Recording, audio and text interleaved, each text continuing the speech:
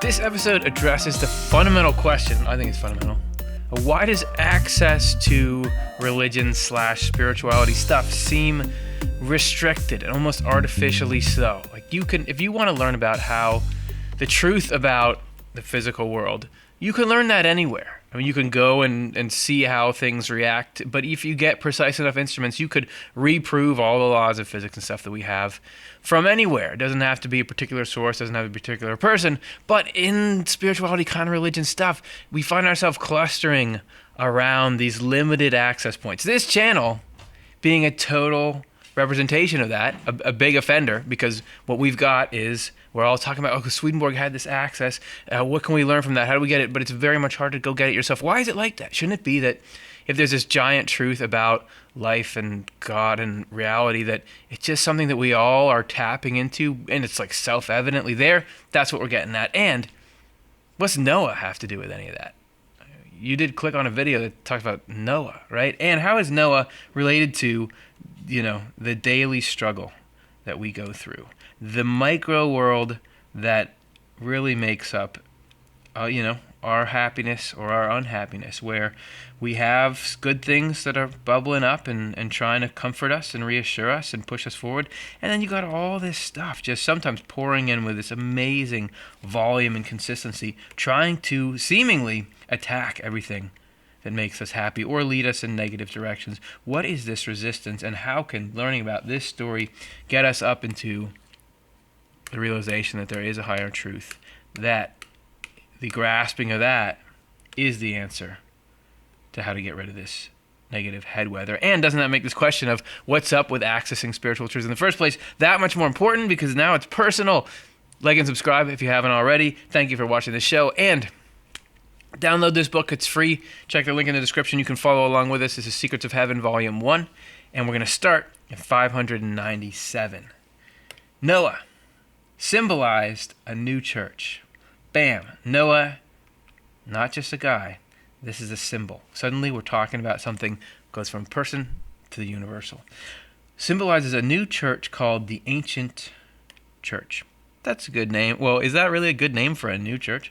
In order to distinguish between the very earliest church, which preceded the flood, and the church that followed the flood. Oh yeah, Noah just can't get out from under the shadow of this flood. He did other stuff, but this is usually what people are associating with. And if he's a symbol, if Noah symbolizes something, I'm willing to bet the flood is symbolic as well. That you didn't have the entire earth covered in thousands of feet of water. So what is it, and what's it? Already, we're suddenly talking about churches and a succession of churches. We're getting into spiritual history, and you've got this very ancient church. And a church is a thing, sure, it can exist in aggregate. There can be a bunch of people to get together and have ritual and have structure around it, but this is really, this very early church. This is a state of mind. This is how the human race used to, your ancestors used to relate to God, relate to spirituality, relate to religion. This was the mindset and the way of life that evolved out of that. That collapsed. The flood was a symbol of the crashing and burning, I know it's a flood, of that church. That thing, like we've seen religious organizations and institutions, although this is broader than one particular organization, but that whole mindset collapsed, and instead it almost wiped everyone out, but instead you have this ancient church pop up that could now carry the torch of being the connection.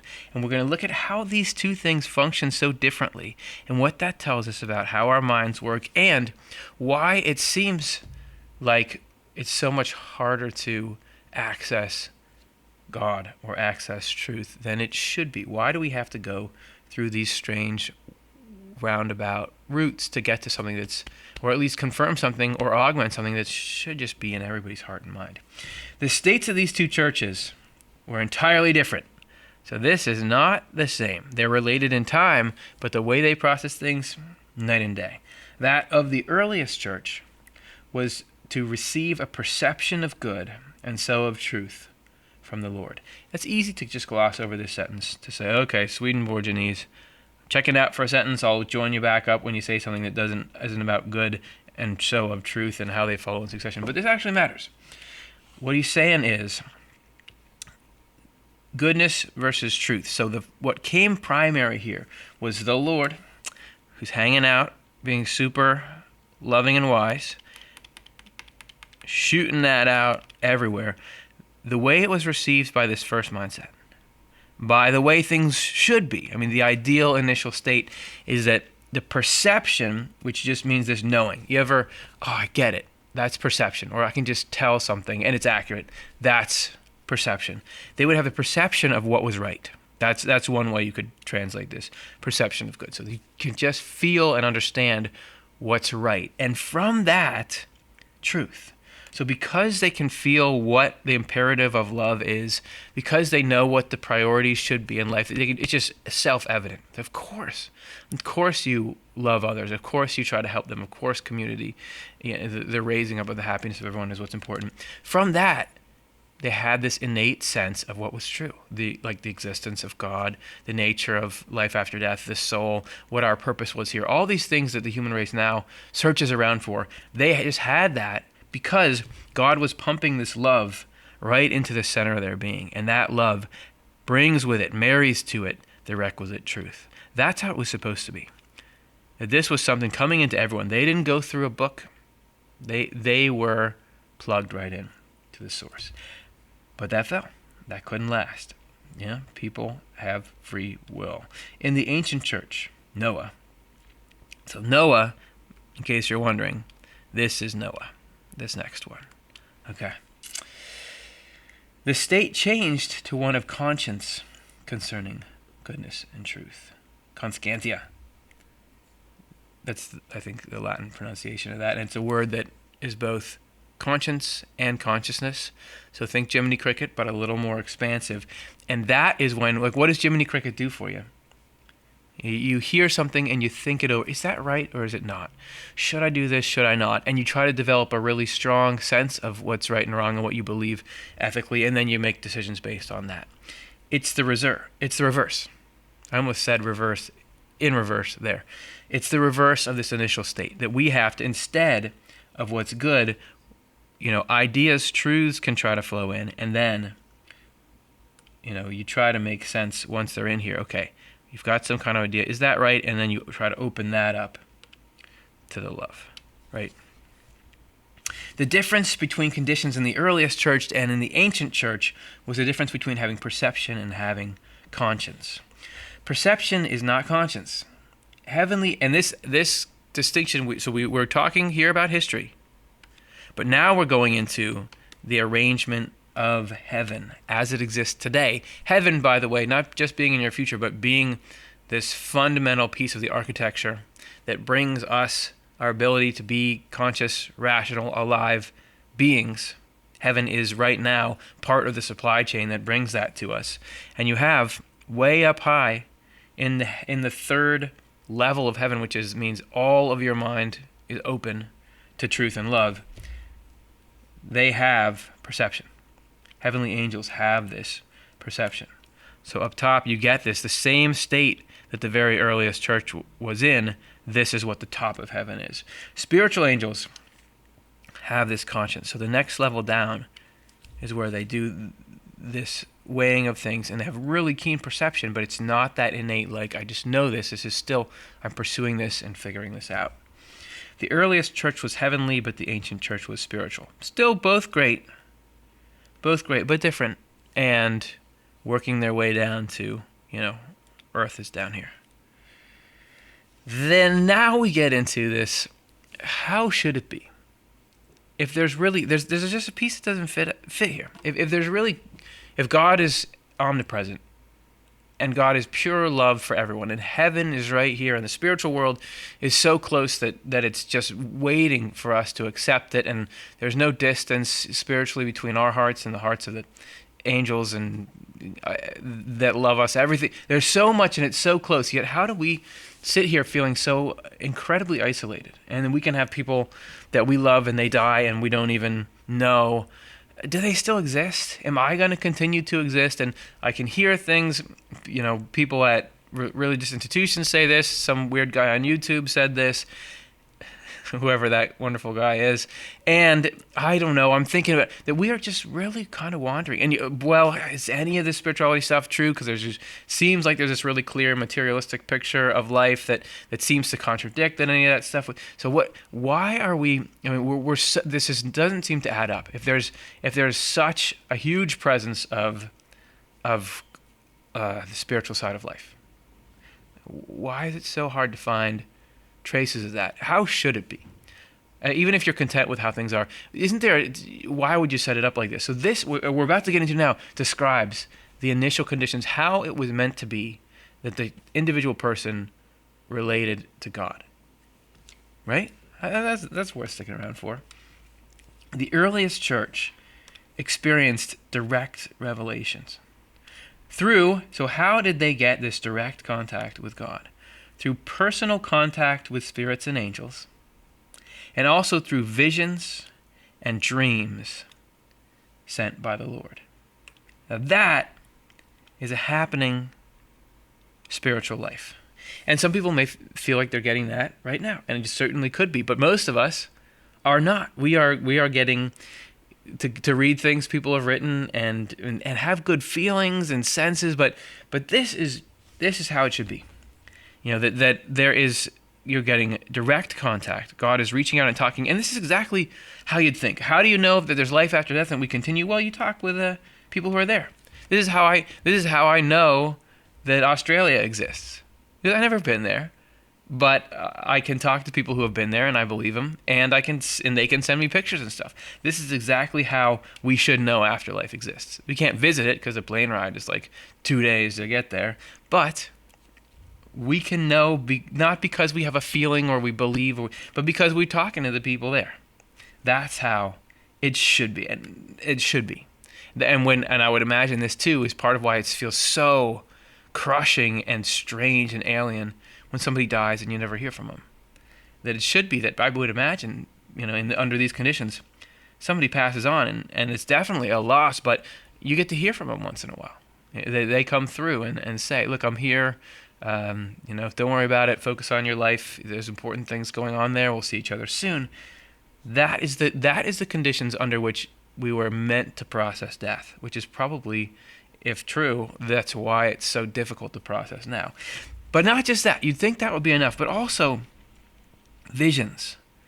That there is, whatever those entail, and I'm sure there was a huge variety, but somehow God is coming at you with truth, tailor-made truth, through not just like I can get amazingly happy and excited about the kind of stuff I can get reading through this text and what that ignites in the world of my ideas, but to get like a full-on, hey, look, this is something that is Technicolor, it's 3D, and it's giving you this huge download of truth. And then dreams.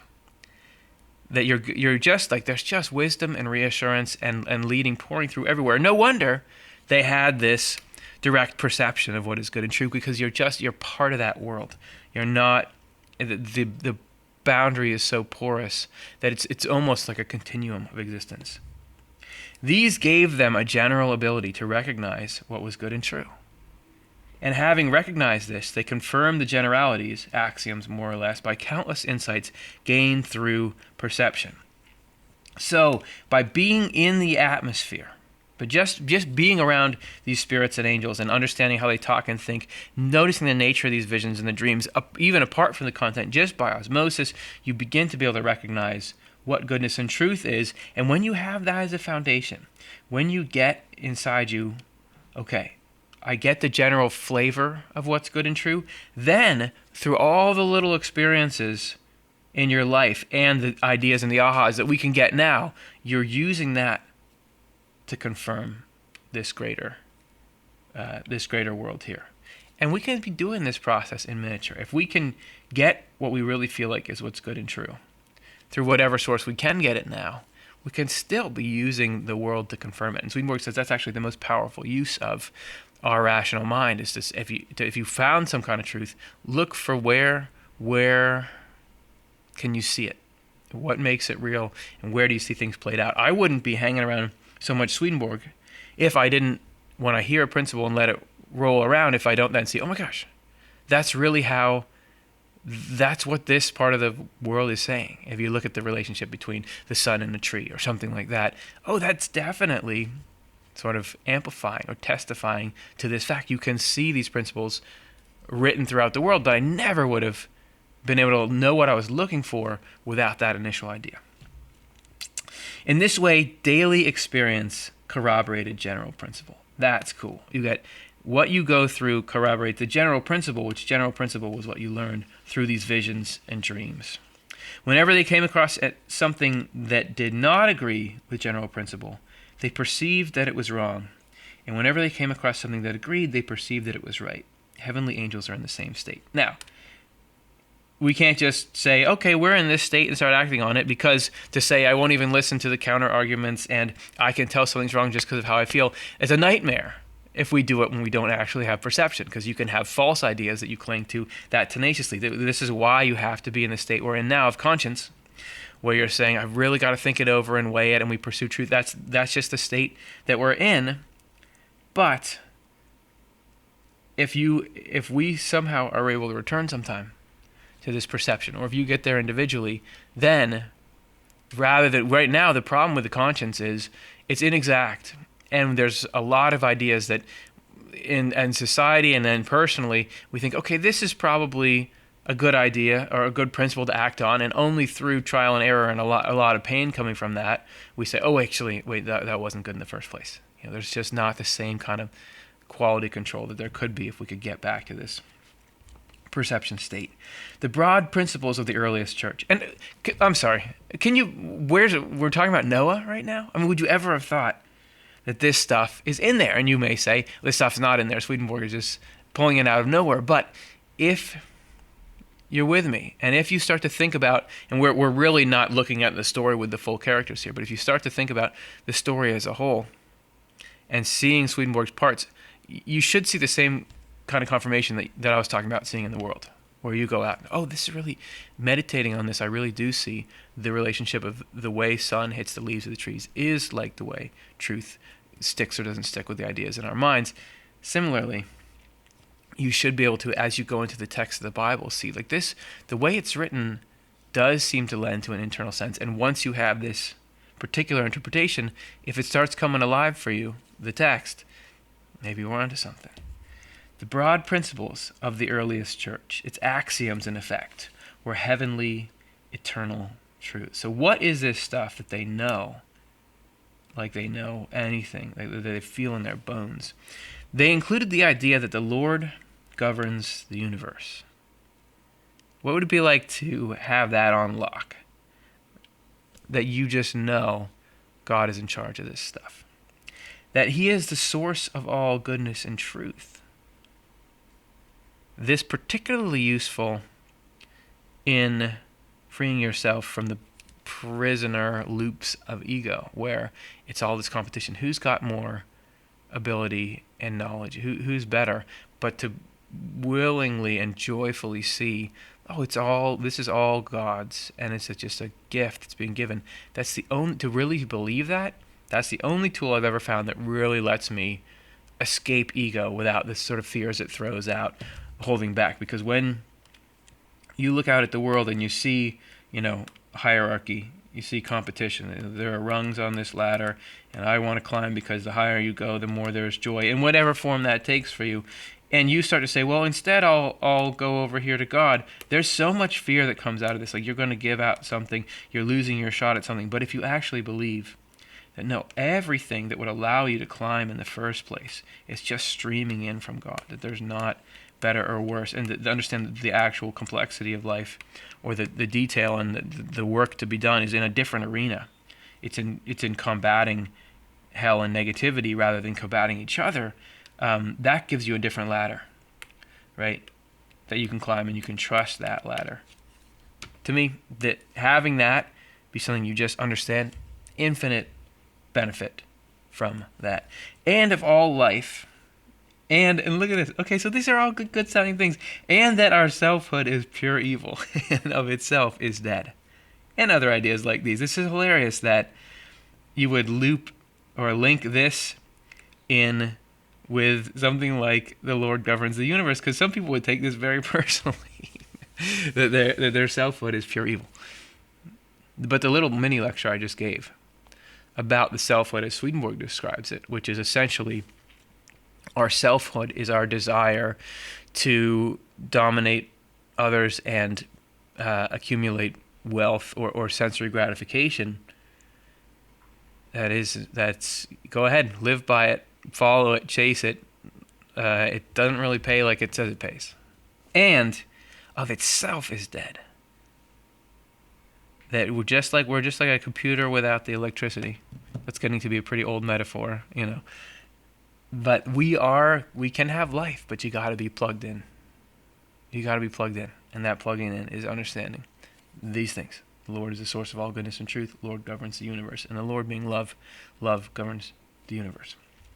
The people of that church received from the Lord a perception of countless thoughts supporting and harmonizing with these principles. That you might think these are pretty simple things, but and there's maybe to you it sounds like this is the kind of stuff you would hear in church, and it's not that relevant and it's not that edgy, but in any individual person's mind, sure, you've got, this is what people look like.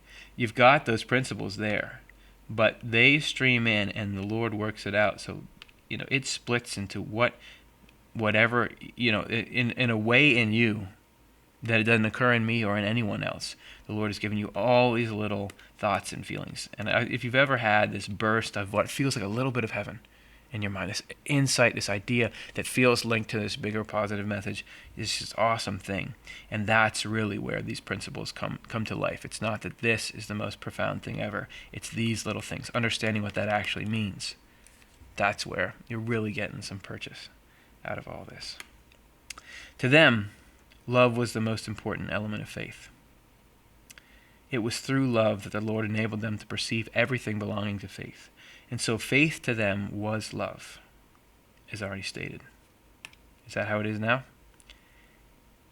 Do we know if somebody's religious that it is love?